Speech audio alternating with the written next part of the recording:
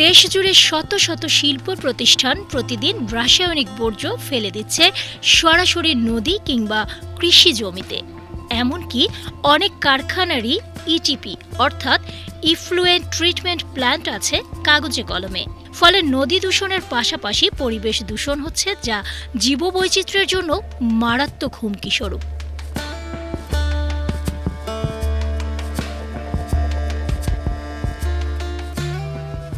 যেখানে বর্জ্যকে ফেলে দেয়া হচ্ছে মূল্যহীন ভেবে, সেখানে কারখানার বর্জ্যকে জ্বালানি শক্তিতে রূপ দিয়েছেন হবিগঞ্জের ভার্টেক্স পেপার কারখানা কর্তৃপক্ষ।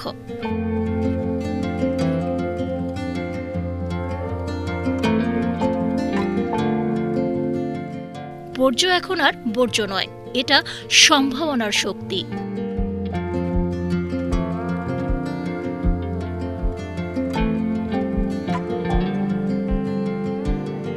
একসময় হবিগঞ্জের এই কাগজ তৈরির কারখানায় কাগজ উৎপাদনের পর যে স্ল্যাশ বা বর্জ্য জমা হতো তা ফেলা হতো কারখানার পাশে কৃষি জমিতে, যা ছিল পরিবেশ ও কৃষির জন্য হুমকি।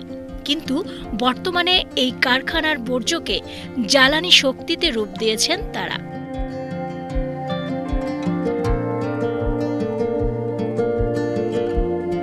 ইটিভির পরে যে বর্জ্যটা আসে, যেটা আমরা আর ব্যবহার করতে পারি না, ফেলে দিতাম, ওইটা দিয়ে শুরু করলাম। শুরু করার পর দেখলাম যে আমরা গ্যাস পাইতেছি। পরে স্যারের সাথে আমরা বললাম যে স্যার, আমরা তো গ্যাস পাইতেছি, এটা একটু বড় আকারে করা যায় কিনা। পরে মাননীয় এমডি স্যার অনুমোদন করলো। পরে আমরা এই যে ধারাবাহিকভাবে একটা আমরা 10 কিউবিক মিটার, তারপরে 15 কিউবিক মিটার, তারপরে 30 ঘনমিটার, তারপরে আমরা লাস্টলি আমরা যেটা করছি 100 ঘনমিটার করছি। এখন আমাদের সব যে কোম্পানি যে স্লাস বের হয়, সব স্লাসই আমরা ওই বায়োগ্যাসের ভিতর দিই। এই বায়োগ্যাসে যে গ্যাস পাই, এই গ্যাস দেওয়ার জন্য আমাদের 200 জন লোক রান্নাবান্না হয়। সেই সাথে আমাদের 100 কিলোওয়াটের লাইটিং জেনারেটর চলে। সবচেয়ে বড় কথা হইল, এইটার সাথে বড় কথা একটা হলো পরিবেশ। সবার পরিবেশ আমার আপনার সবচেয়ে, যারা এই এলাকার সাথে আমাদের নিজেদেরই দূষণ। এটা মানে মানুষের শরীরের ভিতরে কিন্তু একটা এই যে দুর্গন্ধটা যায় যখন, তখন এটার ভিতরে অ্যান্টিবায়োটিকের সাথে একটা যুদ্ধ করে, মানুষের আয়ুটারে কমায় ফেলে। তো পরিবেশ গেলে আমি চাপতেছি, কিন্তু পুরো পরিবেশটাকে একটা দূষণ করতেছে। এই দূষণ মুক্ত করাটাই হলো আমাদের এক। 2 নম্বর হলো আরও সবচেয়ে বড় যে জিনিসটা, যে আমি যদি যে ট্রেডিশনাল সিস্টেমে যে ইটিভি যে বর্জ্য পরিশোধন করে, সেইখানে আমি দেখছি যে আমি যদি ওইভাবে আমি করি, তো আমার 22 থেকে 25 লক্ষ টাকা খরচ হবে। হ্যাঁ, কিন্তু আমি যে ইনফ্রাস্ট্রাকচার যে বায়োগ্যাস যদি করি, তো এইখানে যদি আমার এককালীন টাকা খরচ হবে, আর ভবিষ্যতে আর কোনো টাকা খরচ হবে না, ম্যান পাওয়ার কস্টিং হবে না। এই কারখানার তরল বর্জ্যগুলো প্রথমে পাইপের মাধ্যমে প্ল্যান্টে জমা হয়। এর জন্য তৈরি করা হয়েছে 5টি প্ল্যান্ট। এই প্ল্যান্ট থেকে নির্দিষ্ট একটা সময় পর তৈরি হয় বায়োগ্যাস। এই বায়োগ্যাস পরে চলে যায় রান্নার ঘরে।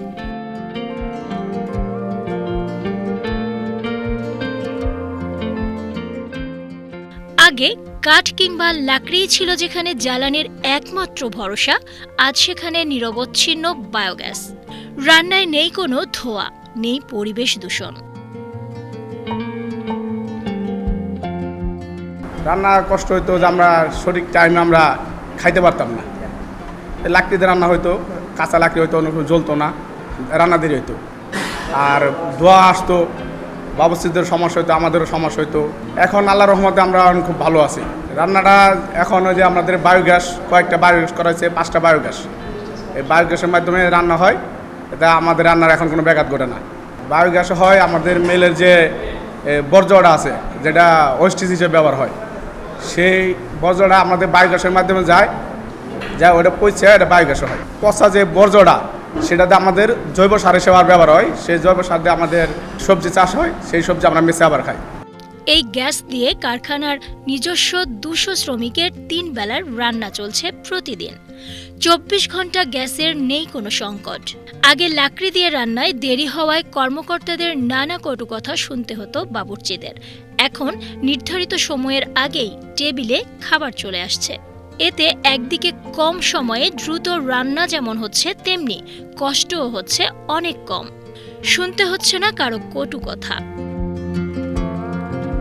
6 বছর যাবৎ চাকরি করি বাবুর্চি খাত। এই সময় লাকড়ি ছিল, লাকড়ি দিয়ে রান্না বাড়া করতাম, অনেক সময় যেত, লেট হইতো, টাইম টু টাইম খাবারও দিতে পারতাম না, আর সারাটা শরীর খালি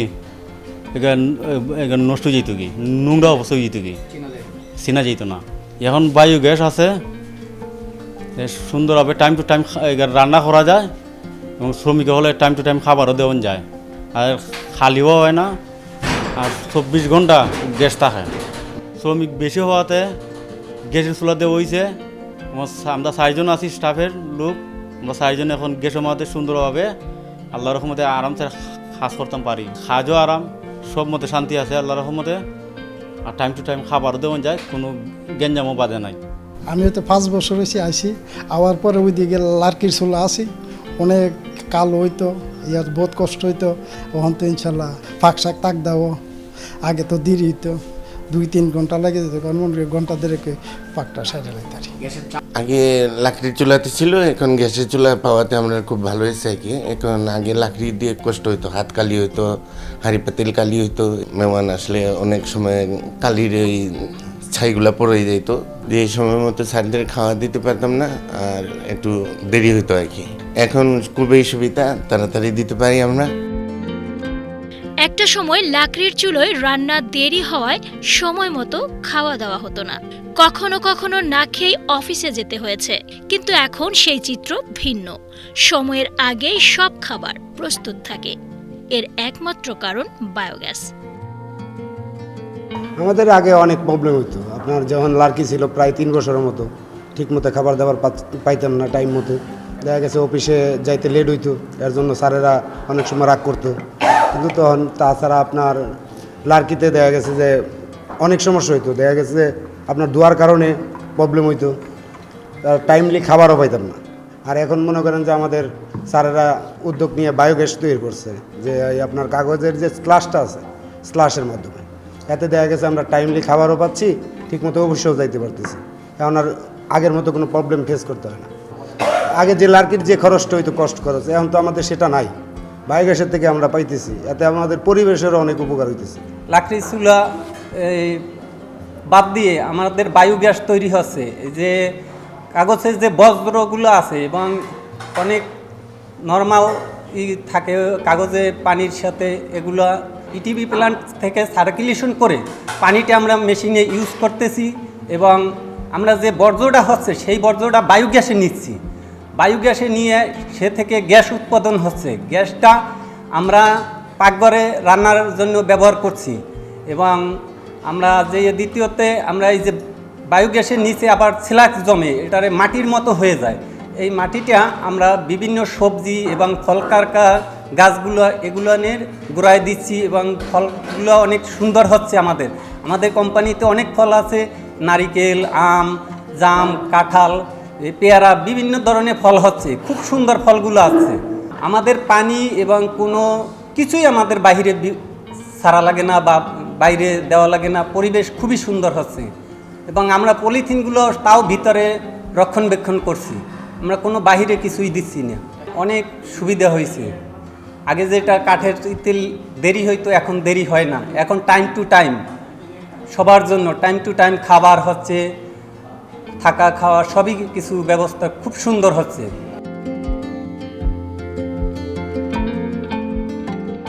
এই কারখানার বর্জ্য ও মানব বর্জ্য থেকে তৈরি বায়োগ্যাস দিয়ে চলছে 5টি বাণিজ্যিক চুলা। এই বায়োগ্যাসকে বিদ্যুতে রূপান্তরিত করে প্রতিদিন চলছে পুরো কারখানার লাইট ও ফ্যান।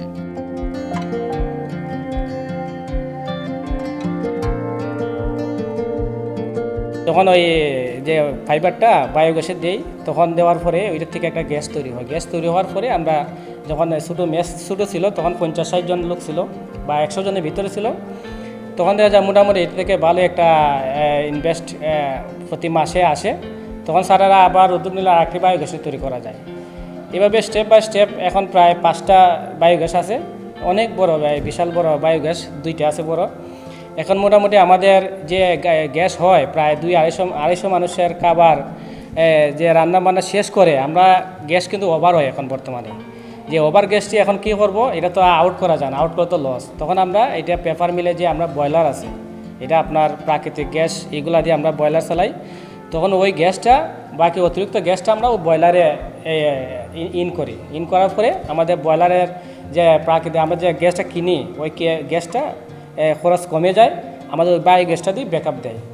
এইটার থেকে আমাদের একটা মোটামুটি প্রতি মাসে হিসাব করলে অনেক টাকা, তো মাসে হিসাব করলে প্রায় মাসে এরপরে বছরে অনেক বিশাল একটা টাকা আমাদের সেভ হয়।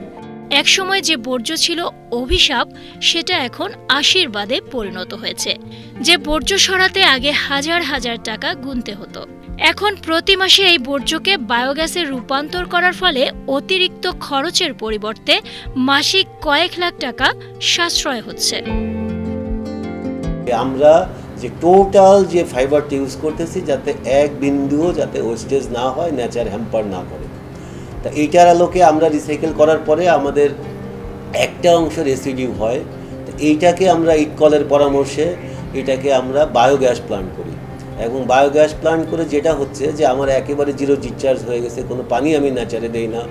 তারপরে যে আমাদের যে গ্যাস প্লান্টটা করেছি, আগে আমরা এটা কাঠ কিনে রান্না করতে হতো, যেহেতু গ্যাস ক্রাইসিস আছে। যেমন আমাদের গভর্নমেন্ট পারমিশন দিয়েছে ইন্ডাস্ট্রিয়াল ইউজের জন্য, শুধু বয়লার আমরা অফিসিয়ালি এটা রান করাতে পারি গ্যাস দিয়ে।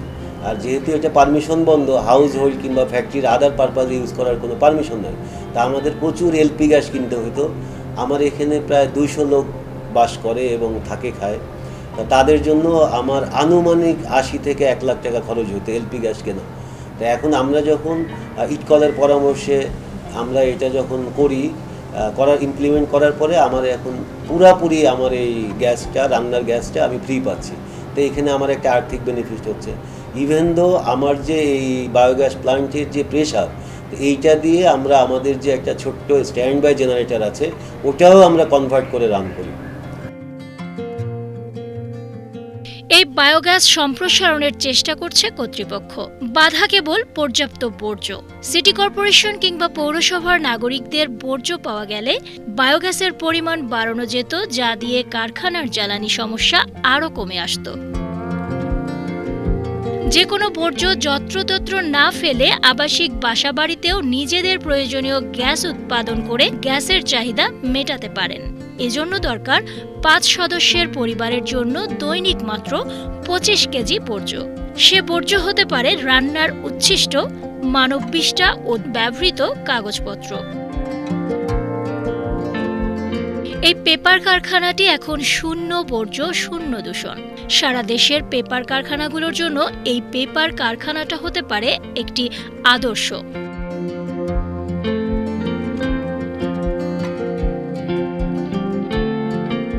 সেখানে আমরা রিডিউস, রিইউজ, রিসাইকেল, আমরা আমাদের টোটাল যে ফ্যাক্টরির যে ওয়েস্টেজ ব্যবস্থাপনা আছে, এটা আমরা টোটালি আমরা 3R মেনটেন করি। সেখানে আমরা বায়োগ্যাসে আমাদের যে রিউজ যে স্লাসটা, এটা আমরা ব্যবহার করি। রান্নার যে উচ্ছিষ্ট অংশ যেগুলো আছে, এগুলো আমরা ওখানে বায়োগ্যাসে দিই।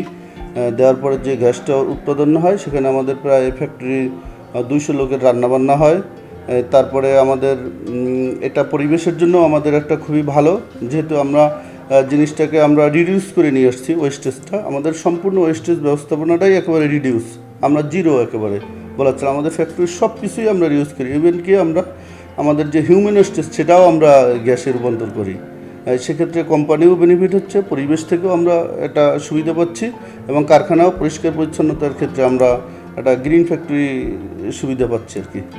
এই বায়োগ্যাস প্রযুক্তি সারা দেশের পেপার কারখানাগুলোতে ছড়িয়ে দিতে পারলে প্রাকৃতিক গ্যাসের উপর যেমন চাপ কমবে, তেমনি কারখানাগুলো তাদের বর্জ্য দিয়ে বায়োগ্যাস তৈরির মাধ্যমে নিজেরা যেমন আর্থিকভাবে লাভবান হবেন, তেমনি পরিবেশ দূষণ রোধে ভূমিকা রাখবেন।